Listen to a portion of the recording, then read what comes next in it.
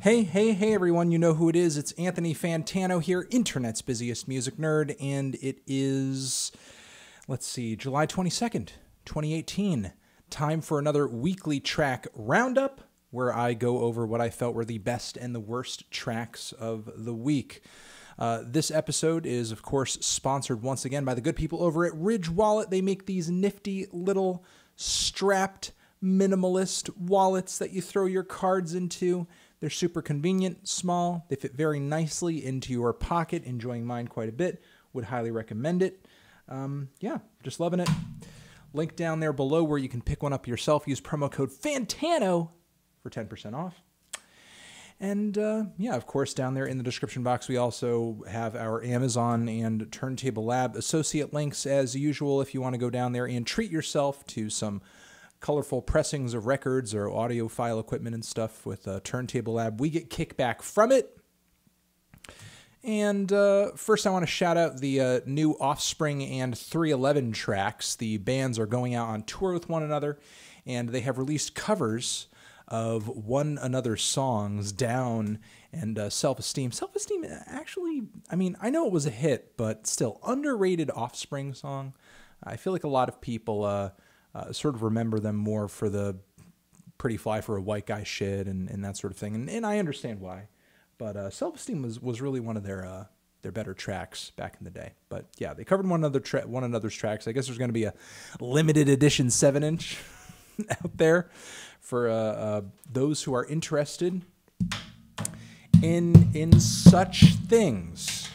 Okay, let's get into what I felt were the worst tracks of the week. Let's do it. First, this new track from the band Jeff the Brotherhood. It's titled Parachute. And yeah, it's really just kind of a bland neo-psychedelic mess. I mean, I appreciate that the band really needed to change. They needed to do something different because their sound previously was just kind of a super uninteresting grunge revivalist, garage rock revivalist deal. And, you know, some of the tunes and some of the riffs were kind of catchy, but outside of that, it was just kind of boring.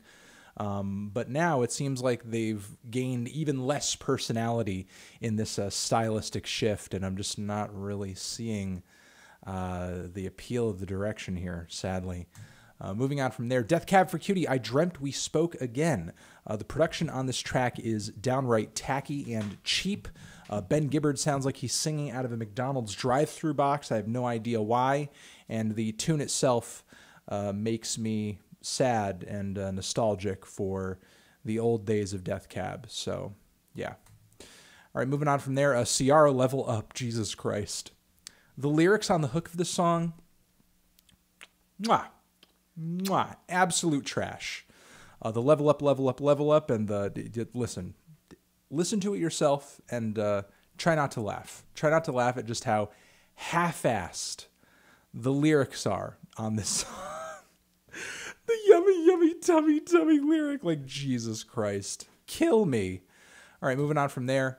Animal Collective with a new track titled Hair Cutter, which apparently is supposed to be attached to this forthcoming very long audio-visual soundtracky type project that they have coming out, which doesn't even involve all members of the band, from what I understand. Yeah, it just sort of sounds like a very drab, uneventful drone.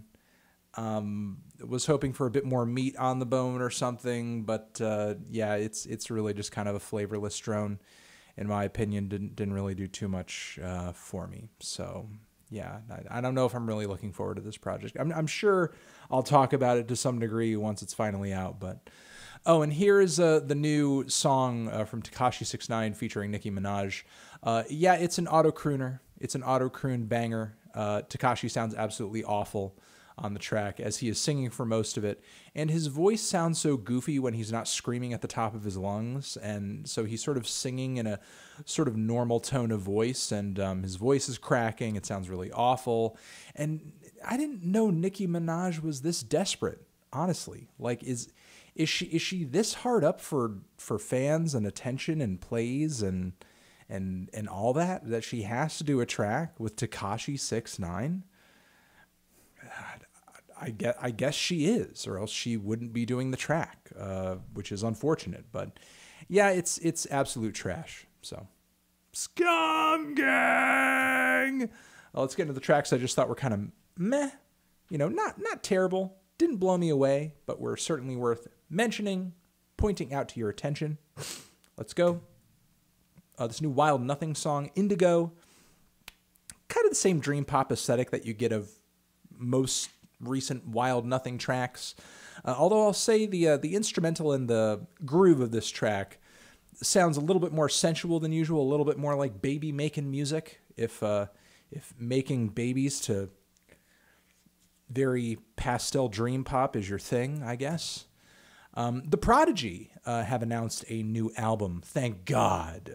You know, they're actually still pretty cool. The last record was a little all over the place, though. Did really fuck with that Sleaford Mods feature on there, however. Need Someone is the title of the track. Kind of sounds like a mix between their usual breakbeat punk fusion, but then on top of it, there's like a bit of an industrial touch, and then something that kind of sounds like, you know, just a mid 2010s like dubstep banger, but just a little bit edgier. It's pretty cool. It's pretty cool. Like I feel like some of the production sounded sort of tacky, but it's cool. It's a cool track.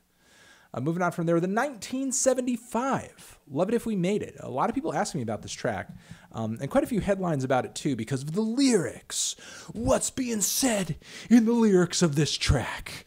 The 1975, not usually known as a band that addresses political issues, social issues, or really kind of addresses much of anything that's contemporary in their lyrics. Like many pop rock bands, their songs lyrically tend to be very general, just about very general, I guess, universal topics without a whole lot of contemporary specifics, I guess. However, this song is talking about Trump, racism, rest in peace to Little Peep, so on and so forth.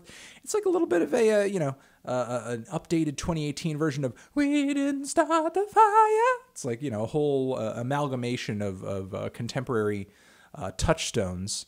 And then mixed in there is some very obvious critique at the information age sort of failing us, modernity kind of failing us, kind of being born into and growing up in a really shitty and subpar society. I'm not sure if,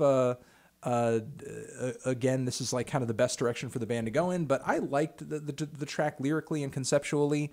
Instrumentally, I didn't really mind it either. It kind of sounded like a bit of an 80s pop rock throwback, but with some more contemporary production thrown in there. If there's one thing that kind of bugged me about the cut overall, it's that I thought that the vocal melody was super tedious and the singing was very yelpy and kind of annoying and grated on me after a while. But I don't know, this is actually the most the 1975 has ever piqued my interest and attention. So fuck yeah, let's keep it going, I guess. I guess I'll be looking out for the next track, the next single. And I imagine a new record on the way this year. All right, moving on from there, Guerilla Toss has a new track out titled Meteorological. And it's actually a pretty cool cut. It didn't really kind of hit as hard as some of the funkier, post-punkier stuff from their last record that dropped on DFA Records that I gave a very positive review to. This new cut over here goes into more of a psychedelic direction. I still think those elements of punk music and dance music are pretty pivotal and pretty key to this new song over here, but psych pop and psychedelic music in general seems like a much greater influence. Overall, I thought that the instrumental in the song was just kind of a little sloppy as a result of maybe this stylistic change, but still I thought it was a decent cut, and still I'm intrigued and interest peaked on a new Guerilla Toss record for sure. Moving on from there, Chance the Rapper with 65 and Ingleside, which is one of the 4 tracks that the Chicago rapper, singer, songwriter dropped this week. I just didn't really care for this one as much as the other 3, which you will see are in the best section, because I thought some of his vocalizations and singing on this track were really annoying and obnoxious. And moving on from there, we have Alex K. Redfearn and the Seizures with The Hole, which is a pretty gnarly piece of accordion rock. If I've picked that instrument out correctly. It's pretty dark and sinister. Very surly song, but you already see the album, rather the cover art over here. I'll say the accordion rock is as gruesome and nasty as, I guess, the depiction on the front cover over here. It's pretty neat. You know, maybe a little campy, maybe a little hokey, but still a pretty interesting listen. All right, let's get into the tracks I thought were the best this week. Best tracks this week. Enjoyed another Lemon Twigs song. Not quite as eccentric or theatrical as the last single that I reviewed from them, but Small Victories. Still a pretty cool little psych pop track. Moving on from there, Low has a new set of songs out, which I don't want to get incorrect. What the heck was it? Oh, it's like this triptych. It's this triptych of songs. And it's 3 tracks from their forthcoming album, which, yes, it's called the Double Negative Triptych. And it's 3 songs from their forthcoming album, all kind of mixed together in a single music video that lasts 14 minutes. And Low, in my opinion, they're a great long-running indie rock and slowcore band. And for a while now, for the better part of this decade, really, they've very much been in need of kind of a change, an update, a something. And I feel like what they present on this new material is, in fact, a change. But they also kind of stay in their usual wheelhouse of just making very quiet, subtle music. But the change this time around, the sounds are so much more shoegazy. The musical tone is much more eerie and strange and alien. It's almost ambient at points. Sounds like kind of an experimental, eerie, ambient pop blend. It's hard to explain, and I like that about it. You know, it feels otherworldly. It feels mystical. Again, it feels, I'll say eerie again, because it is sort of like chill-inducing. And it is hauntingly beautiful, is one more thing I'll say about this collection of 3 tracks, 3 separate movements on this thing. Generally, again, pretty cool. Thought it was pretty cool. So it's been a while since I've like legit been looking forward pretty hard to a new Low album.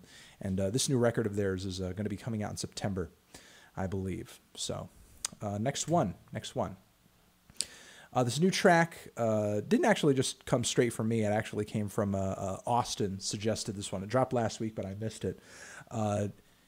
Psychedelic and jazz and experimental music artist Lonnie Holley has a new song entitled I Woke Up.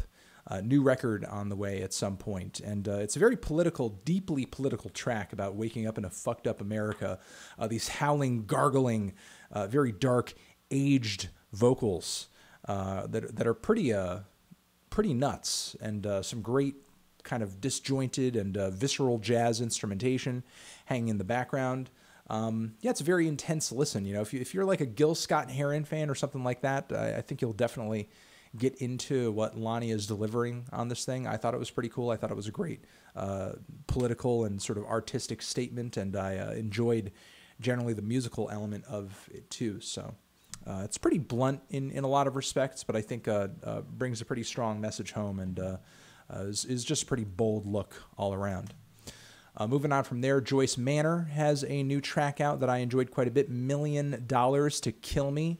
It's a bit of a kind of a 90s pop rock throwback, you know, alt rock throwback, but it's a good song. It's a good hook. It's a great vibe. Good production. So, yeah, definitely looking forward to this new Joyce Manor. Next, this is the latest track from Joji and BlocBoy JB, which is off of the new 88 Rising music compilation, where they're just pretty much doing like summer jams on this thing. Yeah, it's a pretty fun track. I can't say if there's too much about it that I think is going to last past the summer, but I do think it's incredibly catchy. I think BlocBoy actually shows a bit more versatility than I would have expected from him, like he's actually kind of funny on the track. Joji has a bit more vocal versatility than he has shown on his own separate EPs, where the music tends to be a lot more dark and moody, whereas this song, by comparison, is much more upbeat and sort of silly. I think it's smart what the group is doing, the label is doing, on this collection of tracks, because, you know, they've got to find a way to connect in with the kids. There are a lot of outlets in the hip-hop community that don't necessarily want to cater to them or put them on. And I feel like making summer music for the audience of kids who are most likely going to be fans of the 88 Rising label is probably one of the best ways to circumvent a lot of the outlets and publications that aren't really fucking with them, aren't really endorsing with them. So yeah, I thought it was just generally a very summery, fun song. Moving on from there, of course, I dug Chance the Rapper, I Might Need Security. I talked about this track a little bit on the Fantano channel in respect to the Chance the Rapper buying the Chicagoist thing, but generally I love the instrumental of this track, love the Jamie Foxx sample, think Chance's flow is nice, think he's got a nice aggressive delivery on the track too, a lot of heart shown on the song. I dug the 2 other tracks that he dropped as well, the Wallacam with Super BWE and Forever Band, which I thought was a pretty fun track. Workout, which I loved the melody of too. So, you know, Chance is just kind of killing it on this new crop of tracks overall, in my opinion. And I don't know, I'm just hoping for a great new project from him because, I mean, I know everybody doesn't agree with this, but I think he has been getting better with every project. You know, some people, of course, are going to prefer you know, Acid over Coloring Book and that sort of thing. But again, I think he's been getting better. I think he's been improving. And, you know, hopefully this is his best record to date when in fact he does drop this.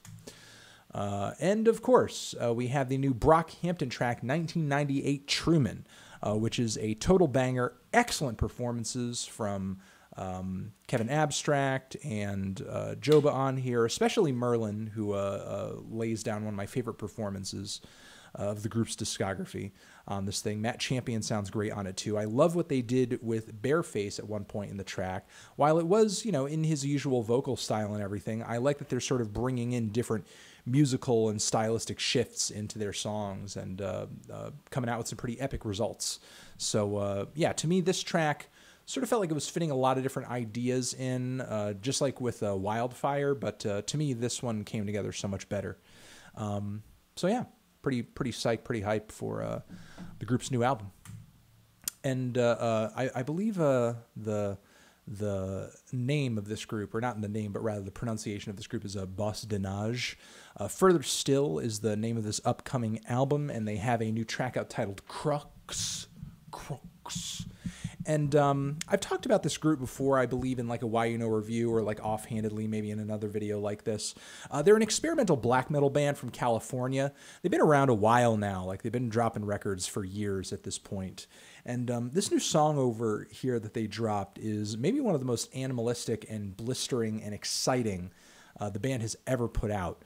So I'm hoping that they kind of keep that up on this new album of theirs. There were a few songs from their last full-length LP that did kind of excite me going into it, but overall the album was just a little inconsistent and odd in terms of its like flow and everything. So I'm kind of hoping for something that's just a bit more logical in terms of progression across the entire record on this forthcoming one. So. And, oh, Bonnie Prince Billy Blueberry Jam. I wouldn't take this song too seriously. Will Oldham essentially is coming out with this, like, sort of a social statement, but also sort of like a joke novelty song just about blueberries, totally looking like something out of fucking Arrested Development. The music video is absolutely ridiculous, and he just really kind of is just fucking hamming it up the whole video, and the whole song too. So, I mean, it's a very fun track. It's a very silly tongue-in-cheek song from an artist who, you know, I never thought I'd hear him going that far in this sort of direction on any song ever, much less a music video. But hey, here we are. It's wonderful. And that has been this week's edition of the Weekly Track Roundup, everybody. Hopefully you got some good recommendations out of this video. Thank you very much for watching. And once again, thank you to our sponsor in this video, like many other Weekly Track Roundups, the good people over at The Ridge that make these wonderful, minimalist, tight, aluminum mega metal reinforced wallets that sweetly fit in your front pocket and are much nicer than my old ratty leather non-vegan wallet that I was happy to get rid of. So, all right, guys, you're the best. Love you, love you, love you, love you, love you. I will see you in the next video. And remember, all of the songs and everything that I spoke about in this video are linked down there in the description. So if you want to hear any of the shit that I discussed in this video. Check it out down there. Give it a shot down there. All right. You're the best. You're the best. Forever.